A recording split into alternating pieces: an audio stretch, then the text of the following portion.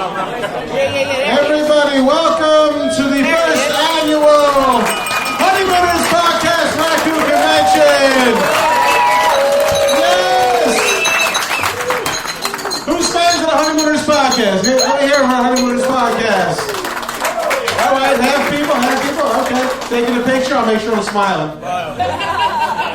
All right, my name is Joe Fernandez. I'm a friend of the podcast, and I'm here to welcome you all tonight to this great event. How's the food? Oh, you? Yes. You must have seen my act before, sir. Okay. Oh, you heard of the podcast? Okay, there we go. So, without further ado, let me welcome the hosts of the podcast, the Honeymooners Podcast, Joe Conti and Louis Fats. Everybody!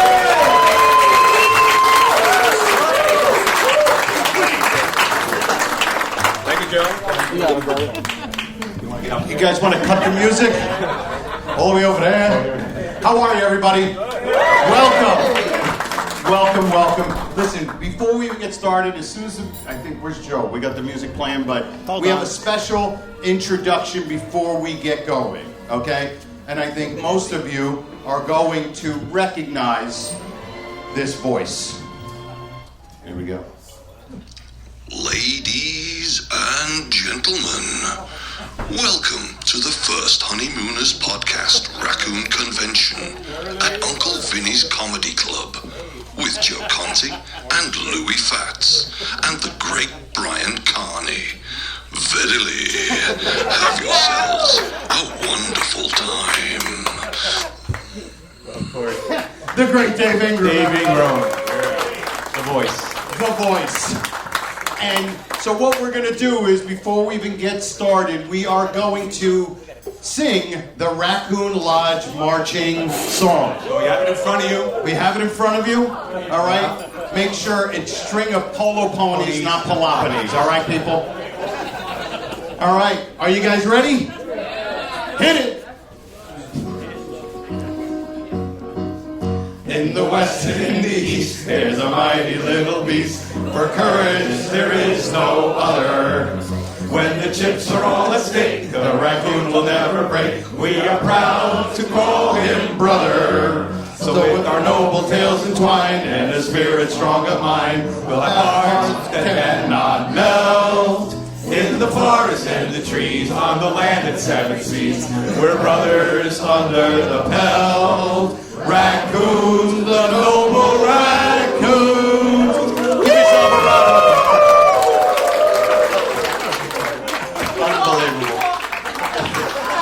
Unbelievable. I tell you, my mother or father, they would ask. All right, so I prepared a little speech that I wanted to just kind of start the show with. I wanted to go over with all of you. All right? Are you ready? Almost ready. He's almost ready. You know me with these cell phones. These Yeah, exactly. Lou's got his rotary phone in the car hooked up to the cigarette lighter. Bensonhurst 0, yeah. 7741. 41. All right. Okay. Here we go. Greetings. It's not the best way to start, but... Oh, the draft board did pretty good with that one. Okay. Welcome to the first Honeymooners Podcast Raccoon Convention at Uncle Vinny's. Yes. Yeah. Yes. Hey, Dino, yeah. Yes, thank you, Dino. Welcome all you raccoons, full-grown nuts, and all of you who brought your wife to this house. Your wife? Yes, my wife. You're not going to stand there and tell me that your wife is at this convention. Actually, my wife's home with arterial monochromia, yeah.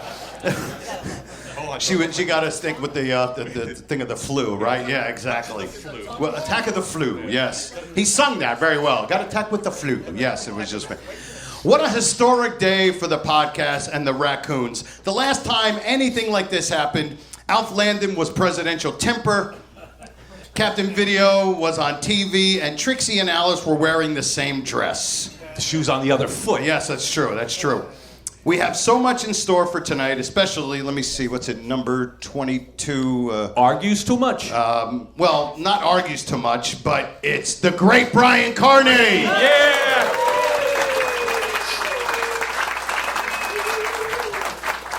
We have other special guests, like Michael Bruce and Ron Albanese. Yeah. Of course, you sit down, Ron. You'll have your time. Nobody told you. And of course, Joe Fernandez, Yes. who's a phenomenal comic, Great and Joe a good friend, and helped us out with all of this. We have fellow full-grown nuts selling some cool merchandise, as you know, in the back.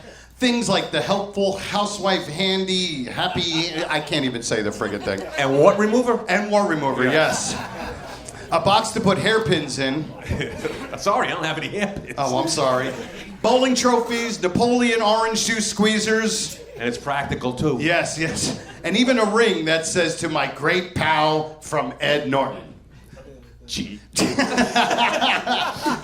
So in between the podcast and the games, we'll hang like we did before, and we'll walk around. Hold on. We'll walk around. All around. All around, yes, thank you. We'll mingle, look for Mrs. Gallagher's cat. You had your hat on backwards. I did, yes. Find the street lamp to stand under with your hat off. Hold on, Joe. You're going too fast. Oh, I'm sorry. But it's not even dark out. Everything. This is perfect. Soupy Sales is jealous. Yes, exactly. Mrs. Gallagher's hat. You had your hat on backwards, right? Find a street lamp to stand under with your hat off. But it's not even dark out. Exactly. Learn how to do the mamba, since everybody's doing it. Everybody's doing it? You said everybody's doing it. My grandmother never did it.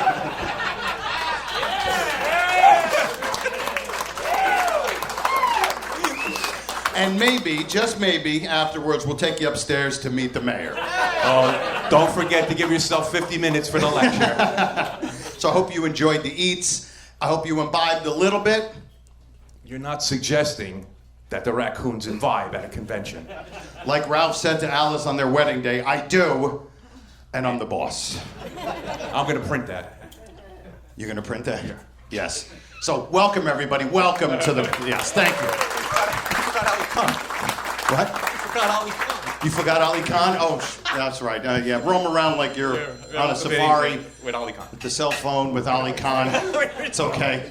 But you know what? We just found out, before we even continue, we found out we were asked by Dino if we would do this again next year. So I have to ask you guys, if we would do this again next year, would you guys come back? There you go. There's your answer, Dino. So, Dino, we're not going to have one next year. So. Nope. He gave me the date, March 30th of 2025, so pencil that in, and we'll do this again. Book it, Dino. Yes. There you go. I knew we had to do this again real soon.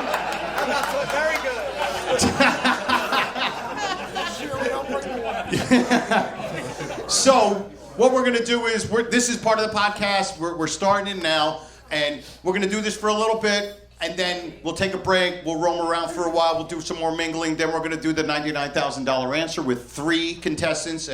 We'll get 3 contestants come up here. And then, later on, right before we leave, on those 2 screens, we're going to drop the lights, and we're going to watch 1 episode together. All of us together. And I'm not going to tell you the episode yet, but we picked the episode because it has one of Brian's dad's, his favorite line that his dad put on the whole series, so we're using that episode. It's Oh My Aching Back, all right? I couldn't help it. I had to let you guys know. It's Oh My Aching Back! Yeah. And we know what that is, and that is 111, right back there. Yes, that's one of your favorite lines from your dad.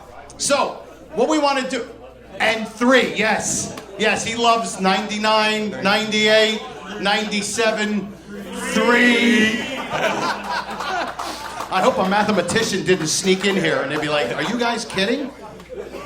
So, what we want to do is we want to bring up 2 of our good friends who have been on the podcast many times, and we want to introduce them. Michael Bruce and Ron Albanese. Come on out.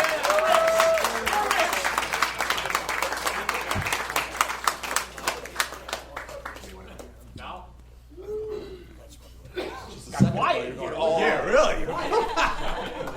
Joe, I have to It's like tell you, seeing looking Boulder Dam out for the first time. and everybody here tonight like this, I can't help but think of the Knights of the Round Table and King Arthur.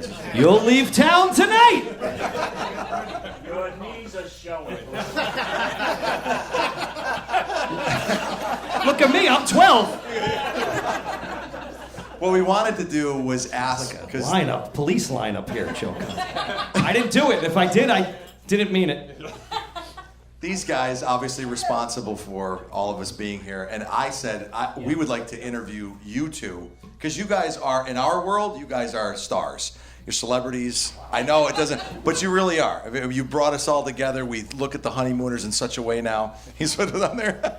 No, that was, yeah, you're right. It was a stipulation when we had the idea to do this whole thing that we wanted to interview these guys. Mm-hmm. So first thing is, tell us, where did you meet? How do you know each other? We met at work. Oh. How long ago? 20 years, maybe? Yeah. About 20 years ago. Yeah.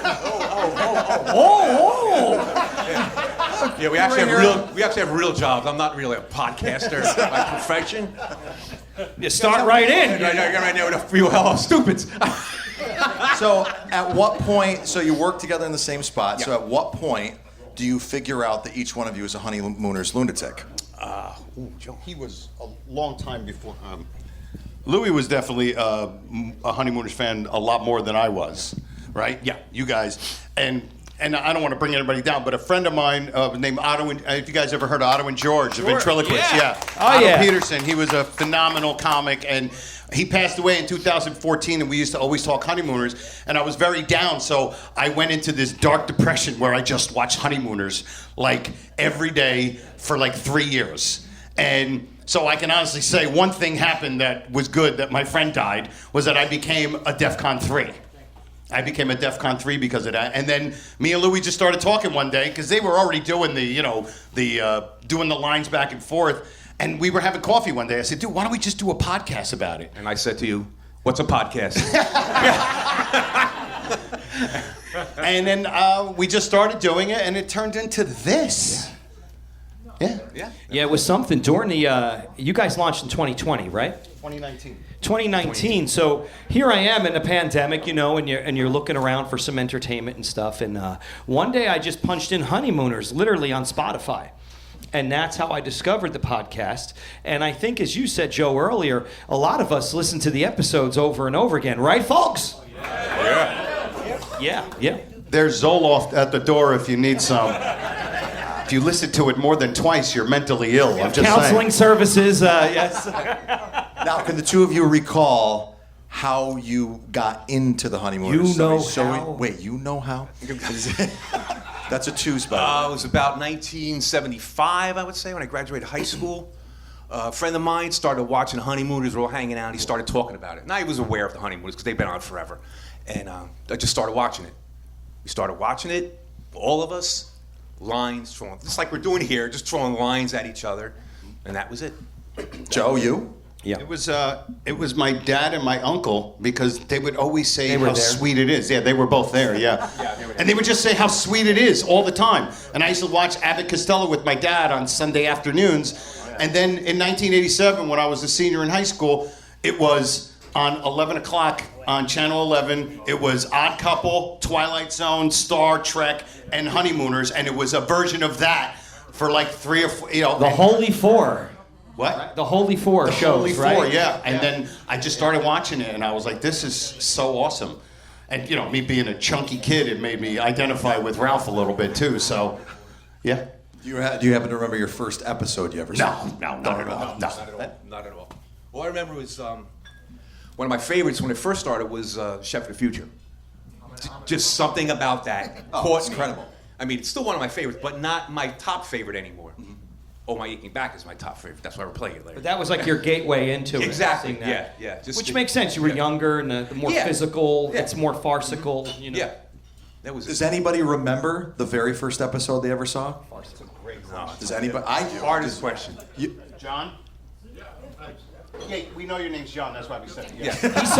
He saw that. I saw your name tag. That episode when they were in the apartment. What was They it? made a fat joke at Ralph. Oh, he's wearing the bus driver's uniform. Yeah. If you don't mind. I know that one. When I was 4 years old. Hold on a second. 4 years. What? Come up here real quick. Just come up right here real quick. Joe, you're in the way of the picture. Sorry. He used to really be in the way of the picture. This is.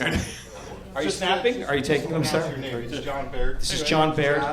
Full grown nut of the week. He sells insurance, everybody. I was roughly like 4 years old, and my dad came home late at night from like playing cards with his friends or whatever, and I was up, and him and my mom were like, "Oh, we're gonna watch the Honeymooners," and I'm like, "Oh, can I watch?" I didn't know what it was, and I sat down, and the first episode that ever came on that I saw was Funny Money. Wow, and Love it.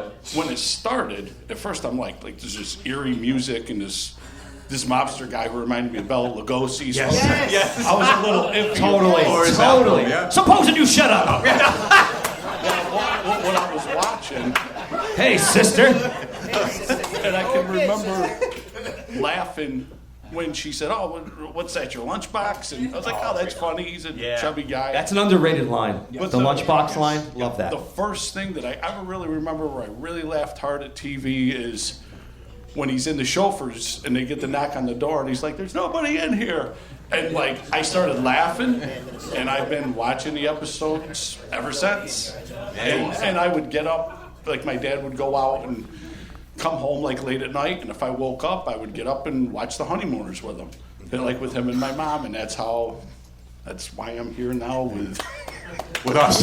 Ladies and gentlemen, John Baird. You know, it brings up a good point, guys. It brings up a good point. You know, PIX obviously was a gateway for a lot of us. Yep. And, or actually maybe we saw it sporadically, and then PIX, staying up late. I used to be in Seaside Park, and you couldn't get any reception on a little black and white 9-inch TV, and I would just get enough reception to watch the Honeymooners episodes, and then I'd watch Star Trek, of course, and then go to bed immediately at the theme of the Twilight Zone because I was scared to death of that show. But that show really carried us, and how many times we've watched all these episodes. And I just want to say at this juncture that the podcast is kind of an extension of that. And I really appreciate the fact that you guys started this and built it in such a way that it has the same type of, if not rewatchability, because it's not video, you can listen to it over and over again and recount the laughs that we had when we were younger and, of course, today. So round of applause for these two guys while we're here in the middle of this. Good stuff, good stuff. Comedy is remedy. So these guys are doctors. Hey, Ron, if you want to get your own podcast, take up all the time here, all right? The Honeymooners podcast starring Ron Albanese. All right. It's Uncle Vinny's Comedy Club. It sure is. 732 area code. Yes. Down the shore. 7741. That's exactly. right. Bensonhurst 7741. Now, I She know. kind of dances that line, doesn't she? I'll let you meet the mayor. He goes like Yes. this. Like, he's like, Yes, he's definitely dancing. when he's really saying- shuffling. Yes, he really A is. sudden attack of the flu. Oops. This is Michael Bruce, everybody. Joe Conti, Louis Fats. Thank you, Ron. Thanks for explaining that. Brian Carney, everybody. That's so cool. By the way, this is what all I'm us like afraid comics, to talk to you, dude. This is what all us comics do when we're bombing. We just start, hey, give it up for the troops, everybody.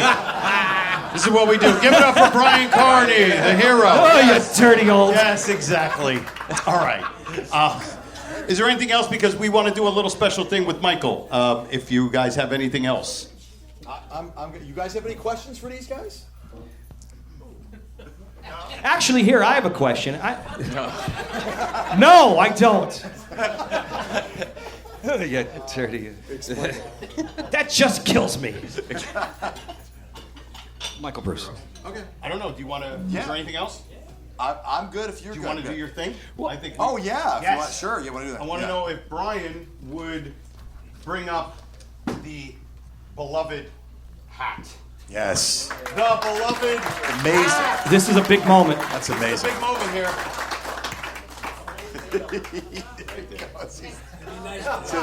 I know. There. I know. Careful, I just had it blocked. I told Joe and Lou, I said, I hate to do this in front of, his son, but there's a long standing where we are talking in the diners and stuff like that. And I would always say that because I think it's, anybody who watches the show, it looks very much like, Ralph is the worst best friend ever, right? but the thing of it is you know, Ralph wears it on his sleeve, right? At least it's out there, right? He yells at him, hits him, kicks him out of the apartment. We could go on and on about what we see Ralph do. And you are going on and on. No, I'm like kidding. But at least he wears it on his sleeve. Norton, on the other hand, is what I always tell these guys. To me, you guys be judge and jury, but I think he's the worst best friend, and I'm going to tell you why. Because Well, I don't like to. To me, he is very snake in the grass. He's very Pearl Harbor. He just comes out of nowhere with. Say, let me give you a few Wait a minute, examples. who does? What's that? Ed? Norton. Norton is the worst best friend. Norton is the worst best That's friend. a tough. I'm gonna That's prove a it, tough. okay? So he's gonna roast you. Yeah. Couple things, right? So as far as, let's just talk about Norton's personality, okay? Arrogance. Here's a couple of incidents of major arrogance. First of all, he's in their apartment, as you know, and he's looking around. He's suddenly going to tell them that you have about the antiques. I'm going to take a look around, and he's going to do it what? For nothing. Free of charge. And sometimes I wake up at night and I think about this, like completely disturbed. He's going to do it free of charge because normally you get $350 an hour. You're going to be needing a new nurse. Exactly, you know. And then the other time is, which I love, is that not only is he's with Frank McGillicuddy, right, the deciding vote. He's in there, and he's sitting on the couch like a king at the Raccoon Lodge. And first of all, he knew he was going to. He said later on, I can't even spell his name. I can't break that poor little fat boy's heart. He knew he wasn't going to vote for him, but yet he's over at McGillicuddy's eating steak. Okay, anyways, taking full advantage of the guy, right? And then he sits on the couch and he says, "What can I get you?" And McGillicuddy's run over. He wants some water. Yep. And then what does he say? Good boy. Good boy. Good 40-year-old man. Good boy. Peasant. That was peasant. Yeah, exactly. It was like unbelievable. But then when they're in private, right? Inside the apartment, it does stuff like that. Okay. Here's one thing that he does, right? As you know, the TV episode, right? So what does he do? They're arguing over what to do. He gets him to go out in the hallway, right, with the antenna. Locks the man out of his own apartment. Who does that? He locks him out of his own apartment, right? So then there's another episode, right, where he's going to be, the whole plot, he pretend that you're sleepwalking so I can go upstairs and take care of you. And he told him 1,000,000 times, don't touch that icebox. What does he do? Pretends that he's sleepwalking, sits down and eats that turkey leg right in front of him. Alice is there and he knows Ralph can do nothing about it. Nothing about it, right? So he's there. And then the other thing is that I want to point out is that in public, right, which to me this is the worst for Mr. Norton, is that at least Ralph does it usually in private, but Norton has no boundaries, right? So the first thing that I got to point out here is first of all, he's in the pool hall with Harvey. He is trying to avoid getting his butt kicked. He's trying to not have a fight. What does Norton do? Instigate like crazy to fight. And he he gives the man his address. He gives him his address. I'm like, can you believe? He ain't scared of you. He'll be there. You're kidding me, right? And then he's over at Mr. Marshall's house. He's trying to get a job. Mr. Marshall, his boss of all people, and he's trying to land. And what does he do? Completely takes over the room, completely takes over the conversation. And as a matter of fact, he becomes the spotlight of the whole thing. And then later on, as we know, here comes Mr. Arrogant Norton again, comes walking in, right? And we're going to discuss our relationship at the bus company with being your boss, right? So it's like, wow. But this is the one that gets me every time, where he is 328 Chauncey Street, a guy who lives there, Brooklyn, and he's going to get what? The safety award, right?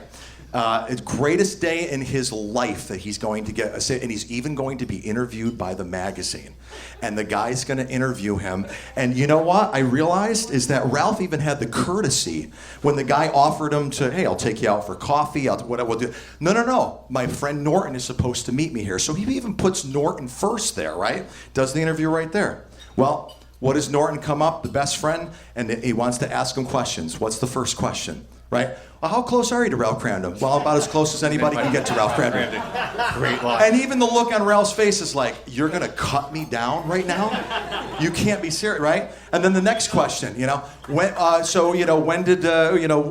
you meet Mr. Cramden? Oh, about 150 pounds ago. 100. I never did see your baby pictures. I mean, the guy's living a nightmare 150 pounds ago, right? And then to top it all off, what does he do? At the very end, you'd think he's giving him this major compliment that I put my life in my best friend's hands and I ride the bus with him, right? And you'd think, let's just leave it at that. All of you would have just left it at that. No, right at the very end, what does he got to do? And besides that, he lets me ride the bus for free. Just cuts him right down. So anyway, you guys be the judge and jury. I say Norton's the worst best friend between the two. Sorry I'm late. I was on your lousy bus line. Good job, Michael Bruce. Keep it going from Michael Bruce, everybody. Yeah, awesome. It's like a Dean Martin roast. Mr. Carney, ladies and gentlemen. Right in front of his son. How dare you? Yeah, really? All right. Well, Chuck, I gotta read this, Chuck, first. what? Oh, please, before you guys go. Everybody in this room, we all know the number one full-grown nut, Ira. Right? We all know Ira. So now Ira couldn't be here. The OG. So he's the OG.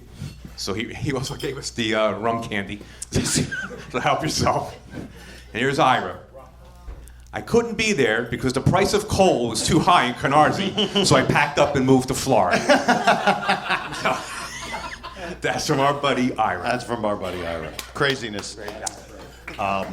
Listen, Michael Bruce and Ron Albanese, we thank you because you guys have been an essential part of our podcast. When you guys come and do the show with us, we have so much fun. And only 50% of the people complain that you guys come on the show. Yeah. Only 50%. And sometimes the odds are even higher than that. All right? 9 out of 10 down at the depot. How would you like to go sailing over the clubhouse, Joe Conti? But thank you guys for everything. We appreciate you guys so much. Appreciate Irvin K, 1888. Yes. Michael Bruce and Ron Albanese. Michael Bruce, 1876. Let him hear it, everybody. And his knees are showing. And now, yes. You know what? Before we bring our headliner, we have to bring up two people that we are so glad that they are here. Yeah. All right? Where are they? Where are they? Is it Mark and Doreen? Mark and Doreen, and there goes our Poster. There goes. Yep. I guess number 22 is on the floor now. So, come on up, Mark and Doreen. Mark come and on. Doreen. That's Michael O'Dowd's granddaughter. Come on, let her hear Everyone it. knows who Come Michael on. O'Dowd is. It's, hey, get a load of fatso there. That's her grandfather.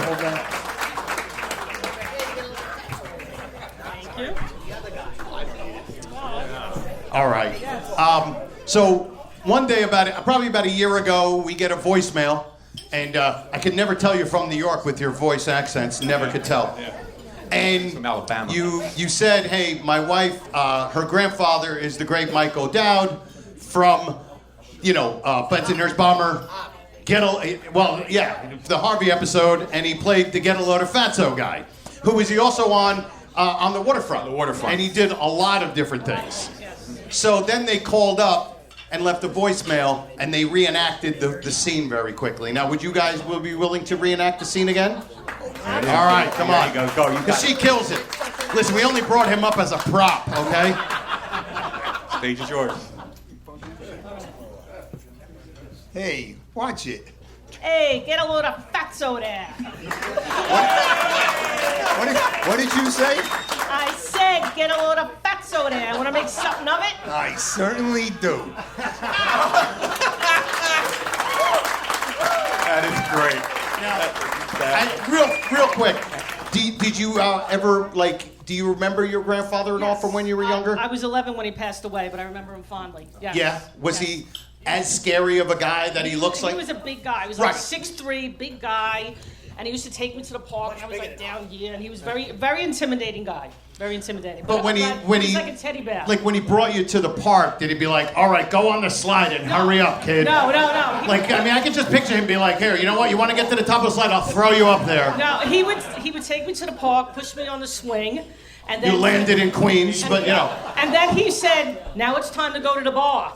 Time to go. You thought it was a monkey bar. Don't You said tell no. your grandmother. So he plopped me up on top of the bar, and he would get a beer and a Scotch chaser. I get a soda, and he'd be like, "Don't tell your grandmother." So they lived right down the block. So I'd run up the stairs. I lived in a railroad apartment building. Right. And I'd say, "Guess what? Pop took me to the bar." You ratted your grandfather out. Grandfather out.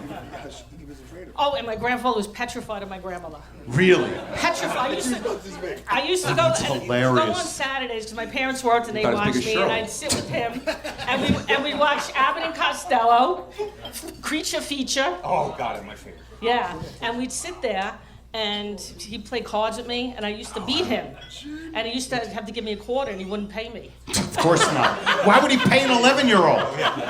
You're like, really? You want to get out of here? And then my grandmother would come in, and his real name was Johnny. Double or He'd go, nothing. Johnny, and she'd whack him over the head with, so give her the money. Wow, that is so awesome. Great Yes. story. Thank you so much, Mark and Doreen. Thank you so much, guys. Thank you for coming. All right. That's great. That is just awesome. Listen, without further ado, we want to bring up our headliner for the night, all right? And that, of course, is the one and only, the wonderful Brian Carney. Come on up here, Brian. Come on up, Brian.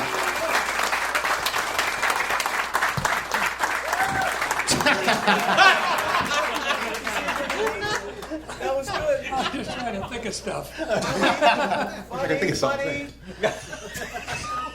I have to tell you, when we first interviewed and met Brian Carney in March of 2022, it was one of the most exciting things, and we were so nervous to meet him. And probably like what you all already figured out if you met him today, he's one of the nicest, most approachable people I've ever been around that is literally a star. Like, it's not just because of his father either.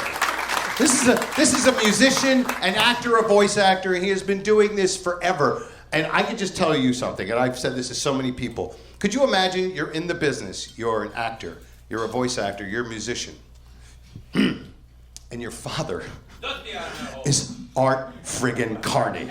Could you imagine? You're either gonna go two ways. One, hey, I really loved you. Yes, I know, my father. Yes, I know, he's great.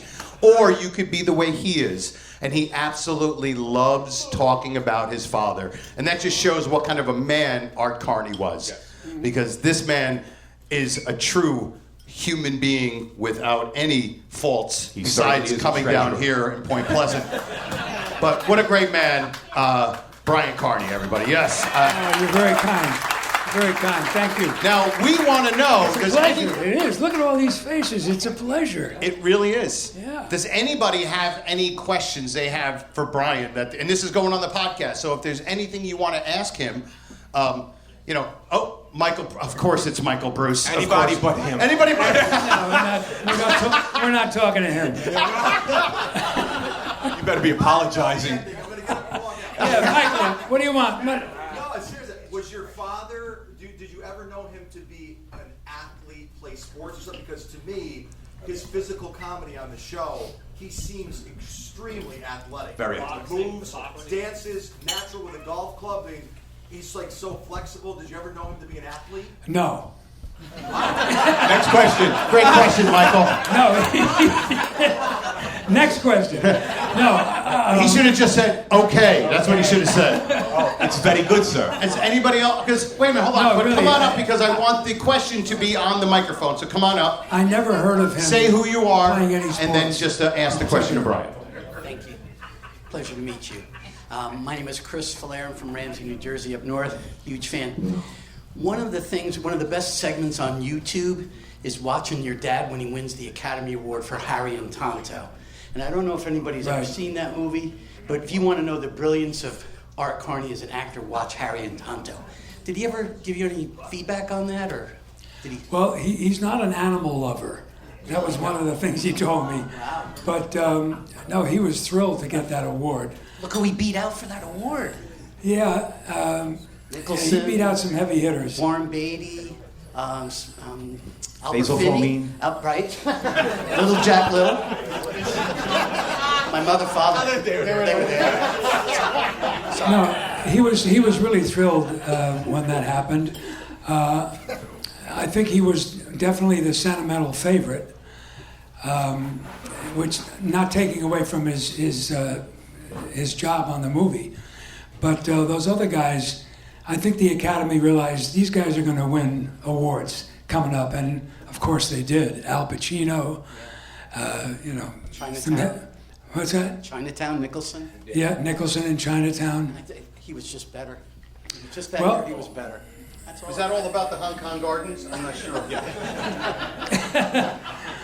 But it was thrilling for all of us when his name was named, and he got up and he did like a football kick or something. That's exactly right. He kicked his foot. I watched that segment on YouTube of him winning that. You won't believe it. He's so surprised, and he does a couple Norton moves, and he says, "I am old." I think that's. Oh, about his agent said, "Yeah, take the job. You are old." Yeah, they made him look about 20 years older than he really was. No, he's given a lot of pleasure to all of us here and with the comedy, and a multi-talented man. And God bless you for coming. Oh, okay. Well, thank you for coming. Thank you.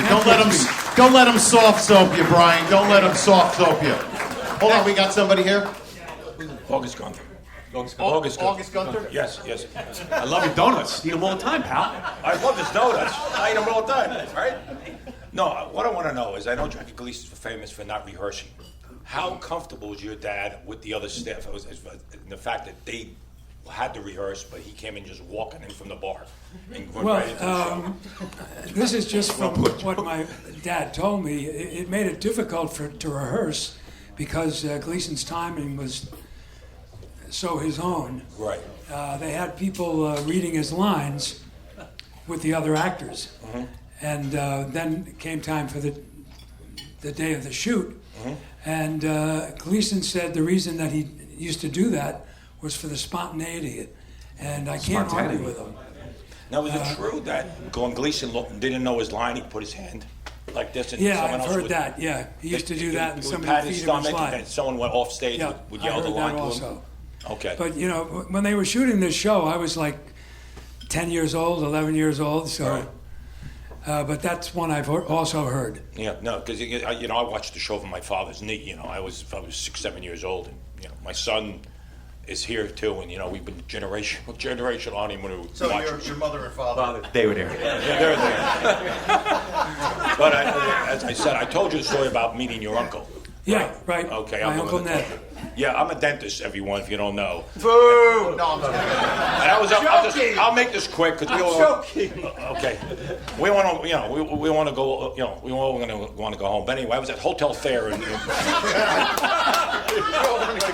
was at the Hotel Fair in West Point. Okay, and I went into the foyer, and the fire was crackling in the fireplace, and all the leather, and there was a coffee table, and I was sitting on one side of it. I was at a seminar at the Fair, hotel there in West Point. I see a gentleman across from me, spitting image of his father. I'm telling you, I thought it was his twin. And then I look at his name tag, and it's Dr. Carney. I said, that's got to be either his brother or someone. And I went over to him. He was a periodontist that worked in Connecticut. And I said, I've been watching your brother's shows, the Honeymooners, for such a long time. And I just couldn't believe that was my first touch with the Honeymooners. I met his brother, Ned, his name was? Ned, and he was a dentist. Yes, a periodontist. Yeah. Yes, and so that was my first brush with the Honeymooners. But as I said, he looked exactly like his father. Yeah, they look very much alike. Okay, well, that's it. Thank you. Thank you. Thank you. Anybody else got any? Oh, wait, hold on. Oh, no, Ron, sit down. You don't Ro, hold on. Rosanna. Rosanna?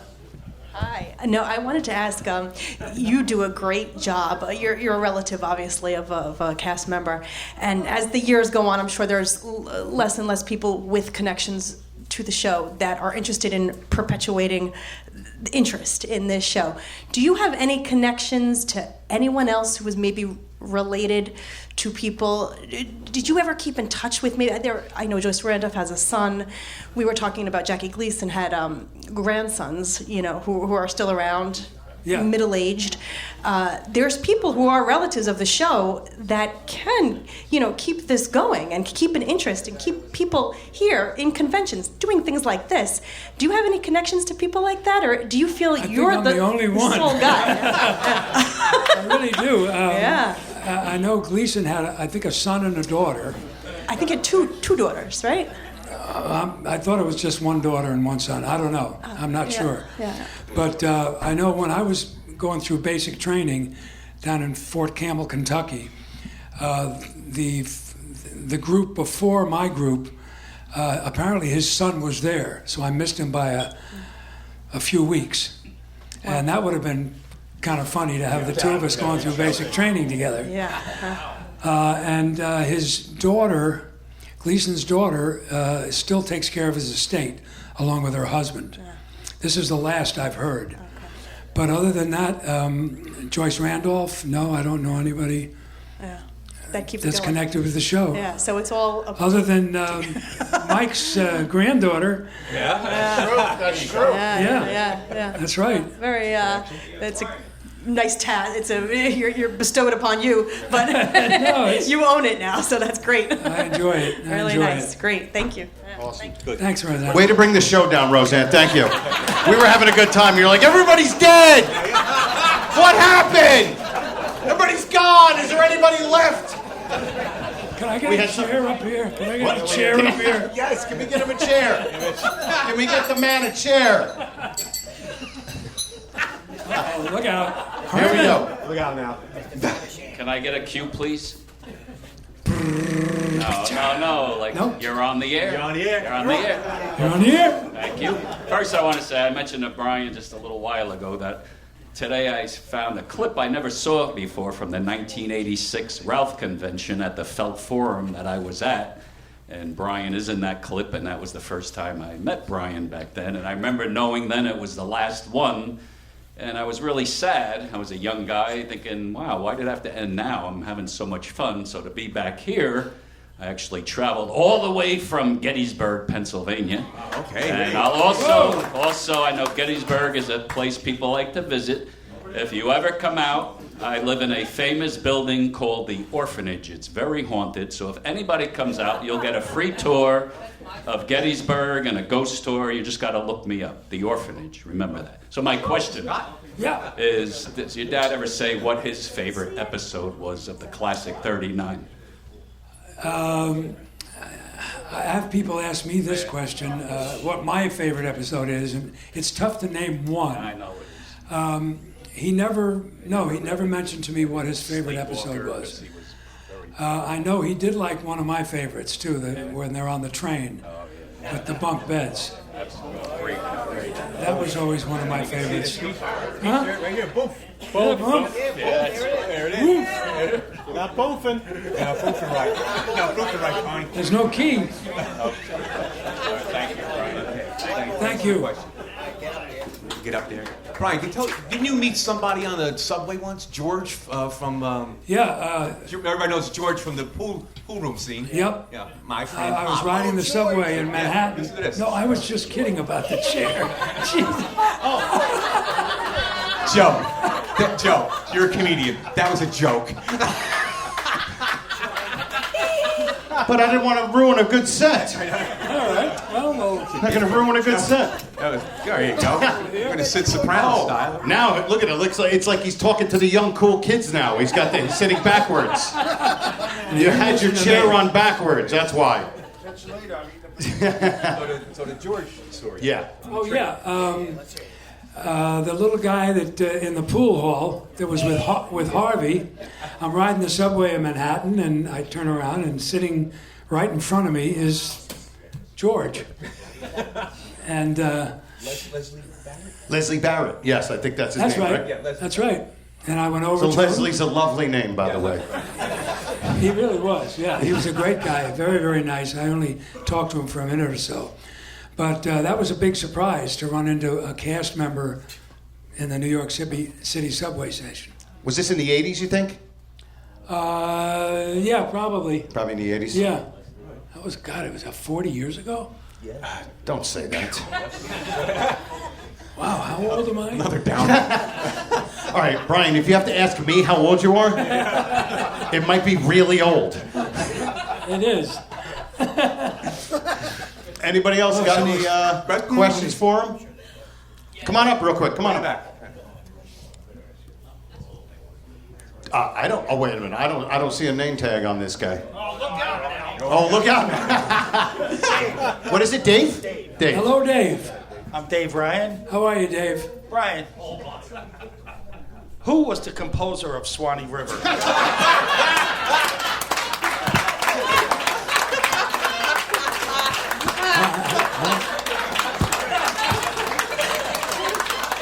That was great. Great. Good night, everybody. We're not topping that, okay? That's it. The show's over. Shuffle it out. Beat it. Wow. 2 good nights. Wow. I have one question that I get asked the most about my father was he as funny at home as he was on television? That seems to be the question. And he was funny. My mother was hysterical. But he was very funny and very quiet. He used to sit and read the paper in the morning, watch television, and he wasn't a comic all day long at all. So that's the answer to that. See, I always think of your dad as this intellectual who could just turn it off and then turn into the clown. See, that's how I thought of your dad. Like I can picture him doing a crossword puzzle, with his glasses at the end of his nose, and he's like da da da da da, and then Easy, just ESY. I got a friend named Nat.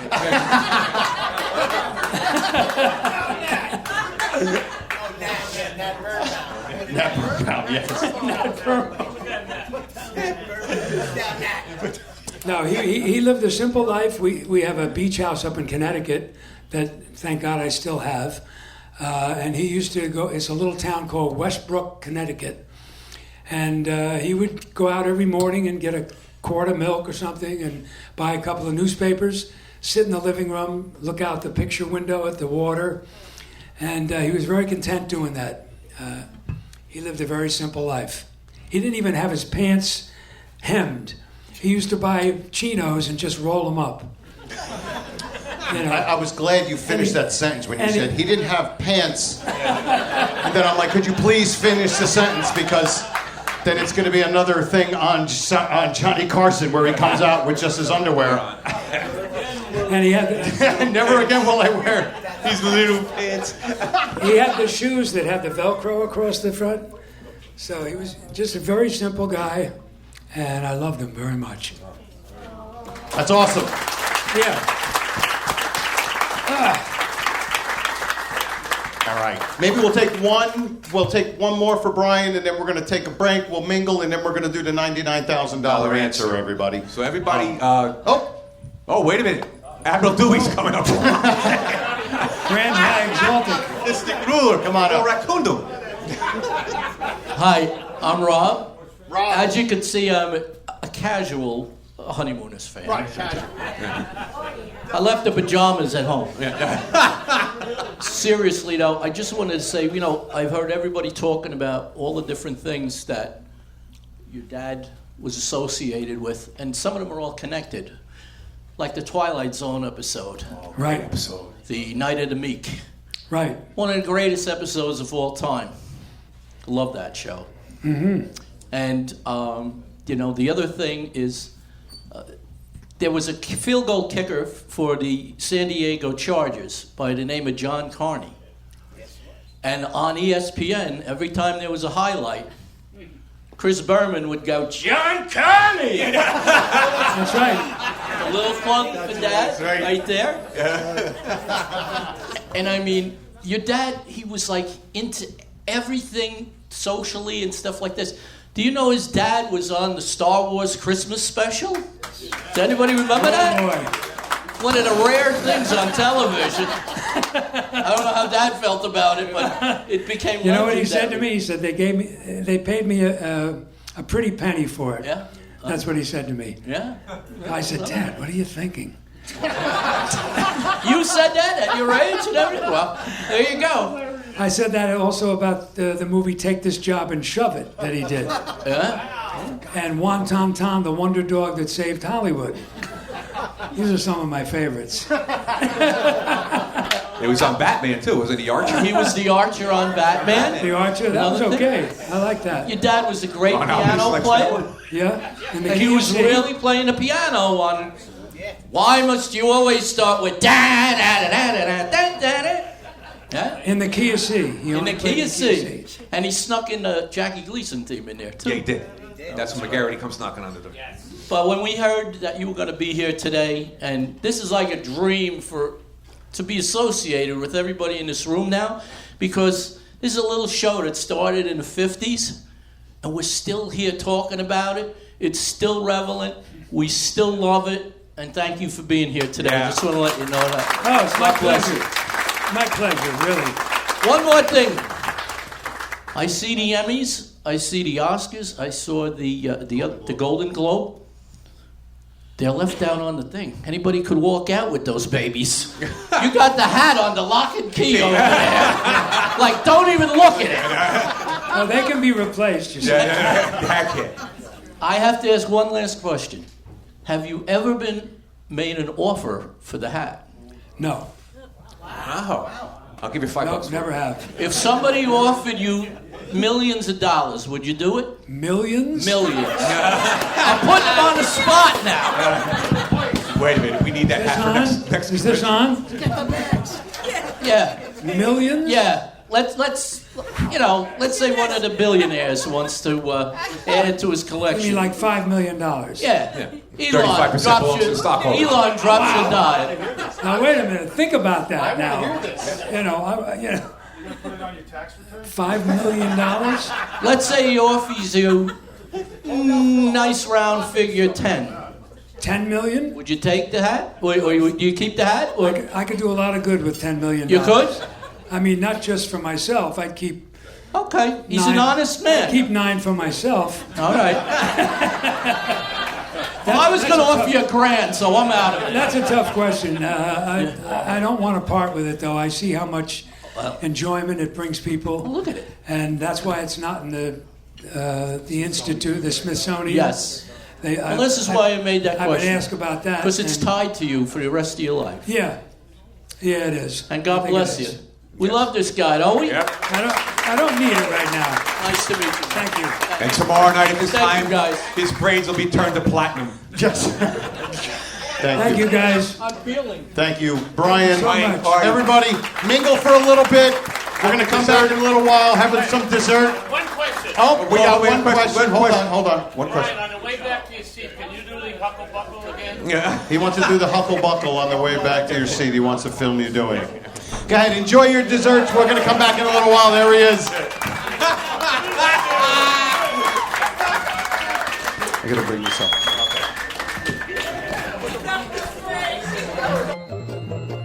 This has been a non-productive media presentation. Executive producer Frank Hablawi. This program and many others like it on the Non-Productive Network is distributed under a Creative Commons Attribution Non-Commercial No Derivatives license. Please share it, but ask before trying to change it or sell it. For more information, visit non-productive.com.